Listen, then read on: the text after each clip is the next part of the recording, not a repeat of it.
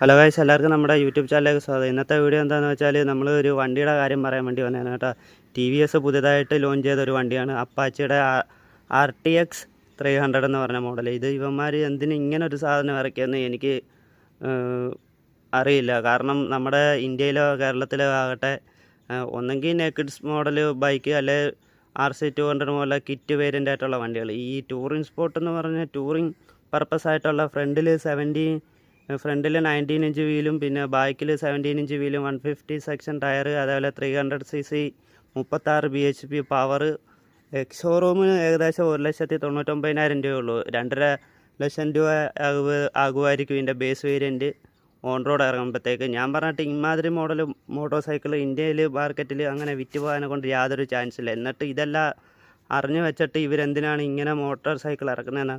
ഈ ഒരു 300cc engine വെച്ചിട്ട് ഒന്നെങ്കിൽ ഒരു അപ്പാച്ചി 200 എന്ന് മാറ്റിയിട്ട് അപ്പാച്ചി 300 എന്ന് വല്ലതും പറഞ്ഞ് ഇറക്കിയായിരുന്നെങ്കിൽ കുറച്ചുകൂടെ വണ്ടി വിറ്റ് പോകാൻ. ഈ ഒരു വണ്ടി 1 കോടി ആളുകളുണ്ടെങ്കിൽ 1-2 പേര് മേടിച്ചാലായില്ലല്ലേ. ഈ ഒരു സാധനത്തിൻ്റെ പർപ്പസ് അറിയാവുന്നത് വെളിയിൽ കുറച്ച് അവന്മാരുണ്ട്. അവന്മാർ എടുത്തിട്ട് വണ്ടി പണിതിട്ട് മോഡിഫൈ ചെയ്ത് പാറയ്ക്കകത്തൊക്കെ ഫ്രണ്ടും പൊക്കി ഇങ്ങനെ തെറിച്ച് നടക്കും. അങ്ങനെയുള്ളവന്മാർക്ക് പറഞ്ഞിട്ടുള്ള വണ്ടിയാണ് ഇത്. ഇന്ത്യയിലുള്ള ആമ്പിള്ളേർക്കെന്ന് പറഞ്ഞാൽ 2 ടൈപ്പ് വണ്ടികളെ ഇഷ്ടമുള്ളൂ. ഒന്നെങ്കിൽ നേക്കിഡ് സ്പോട്ട് ആയിരിക്കണം, അല്ലെങ്കിൽ കിറ്റുള്ള RC200 V4 V3 പോലുള്ള ബൈക്കുകളായിരിക്കും. ഇപ്പം ഇത് ലോഞ്ച് ചെയ്തു കുറച്ച് ദിവസങ്ങൾ കഴിയുമ്പോഴത്തേക്ക് നമ്മുടെ ഷോറൂമിൽ നമുക്ക് പോയി മേടിക്കാൻ പറ്റും. ബേസ് വേരിയൻറ്റ് 1,99,000 രൂപയാണ് ഇതിൻ്റെ എക്സ് ഷോറൂം വരുന്നത്. 2.5 ലക്ഷം രൂപ ആയിരിക്കും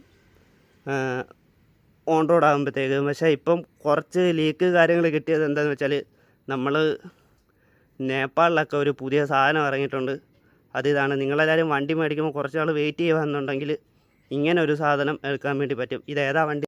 ഇന്ത്യ വരാനൊക്കെ ഉണ്ട്. ഏകദേശം 100%-ൽ 1% ചാൻസ് ഉണ്ട് കേട്ടോ. നേപ്പാളിലെല്ലാം ഇത് ലോഞ്ചായി. അവിടെ വില ഏകദേശം 7 ലക്ഷമാണ്. അത് കേട്ട് നിങ്ങൾ പേടിക്കണ്ട. V3യുടെ അത്രയും പ്രൈസ് വരാനാണ് ഇവിടെ ചാൻസ്. നേപ്പാളിൽ കറൻസിയുടെ വാല്യൂ കുറവായതുകൊണ്ടാണ് അവിടെ 7 ലക്ഷം. പക്ഷേ ഇവിടെ ഏകദേശം ഒരു 3 ലക്ഷം 2.5 ലക്ഷം രൂപയ്ക്ക് അകത്ത് വരാൻ പറ്റിയ മോട്ടോർ സൈക്കിളാണെന്ന് തോന്നുന്നു. 155cc ആണ്. സെയിം V3 V4-നകത്ത് വരുന്ന സെയിം എൻജിൻ, MDക്കകത്ത് വരുന്ന സെയിം എൻജിൻ, അതേപോലെ 40-45 മൈലേജ്. ഈ വണ്ടി മോഡിഫൈ ചെയ്ത് കഴിഞ്ഞാൽ തന്നെ അടിപൊളിയാണ്. ഇത് എനിക്കും വളരെയധികം ഇഷ്ടപ്പെട്ടു. ഓൾറെഡി KTM നമ്മളെ ഇവിടെ SMCR വരുമെന്ന് പറഞ്ഞ് പറ്റിച്ച്. അതേപോലെ ഈ വണ്ടി വന്നു കഴിഞ്ഞാൽ എല്ലാ കമ്പനികൾക്കും ഒരു മാരക അടിയായിരിക്കും കേട്ടോ. അതെന്താണെന്ന് വെച്ചാൽ ഇപ്പം ഞാൻ കാണിച്ചു തരാം. അത് മോഡിഫൈ ചെയ്താലുള്ള ലുക്ക് കണ്ട. ഇതാണ് SMCR. KTMന് 390 ഒരു SMCR ഓൾറെഡി ഇന്ത്യയിൽ വരുമെന്ന് പറഞ്ഞിട്ട് അവന്മാർ നമ്മളെ പറ്റിച്ച്. അങ്ങനെ വന്നില്ല. അത് ഓൾറെഡി വിലയും കൂടുതലാണ്. പക്ഷേ ഈ ഒരു സാധനം വന്നു കഴിഞ്ഞാൽ വില കുറച്ച് കിട്ടുമെന്നുണ്ടെങ്കിൽ നിങ്ങൾ വണ്ടി മേടിക്കാൻ പോകുന്നുണ്ടെങ്കിൽ എന്തായാലും യമഹയുടെ ഷോറൂമിൽ വിളിച്ചൊന്ന് തിരക്കുക ഈ ഒരു സാധനം വരുമോ ഇല്ലയോ എന്ന്. അതുകൊണ്ട് ഞാൻ പറഞ്ഞിട്ട് ചാടിക്കയറി നിങ്ങൾ ഏകദേശം 1.5 ലക്ഷം 2.5 ലക്ഷം രൂപ കൊടുത്ത് അപ്പാച്ചി TVS RTX 300 മേടിക്കേണ്ട ആവശ്യമില്ലാന്ന് തോന്നി. ഈ ഒരു സാധനം വന്നു കഴിഞ്ഞാൽ മൈലേജിന് മൈലേജുമായി, ലുക്കിന് ലുക്കുമായി പൊളപ്പൻ സാധനമാണ്. അപ്പം ഈ ഒരു കാര്യം പറയാൻ വേണ്ടിയിട്ട് വന്നതാണ്. അപ്പം ആരും കണ്ടില്ല കേട്ടില്ല പറഞ്ഞില്ല എന്നൊന്നും പറയരുത്, ഓക്കെ. പിന്നെ യമഹയുടെ എൻജിൻ ആയതുകൊണ്ട് പക്കാ സ്മൂത്ത് ആയിരിക്കും. ഓഫ് റോഡിന് പറ്റും. നിങ്ങൾക്ക് ഷോർട്ട് കുറച്ച് സ്ഥലങ്ങളിലൊക്കെ പോകാനെ കൊണ്ട് നല്ല വണ്ടിയായിരിക്കും. അതിനൊക്കെ വേണ്ടിയിട്ട് വേണമെങ്കിൽ ഞാൻ റെക്കമെൻഡ് ചെയ്യാം. സാധനം ആദ്യമേ ഇന്ത്യയിൽ വരുമോയെന്ന് സംശയമാണ്. ഇന്ത്യയിൽ കുറേ ചാത്തം മോഡൽ സാധനങ്ങളാണ് ഇവന്മാർ ഇറക്കുന്നത്. ഓൾറെഡി ബൈക്കുകളെന്ന് പറയുമ്പം പരിമിതമായ ബൈക്കുകളേ ഉള്ളൂ. അതിൽ എല്ലാ വണ്ടിയുടെയും കമ്പനിക്കാർ എല്ലാ മോഡലും നമുക്കിവിടെ ഇറക്കുന്നതുമില്ല.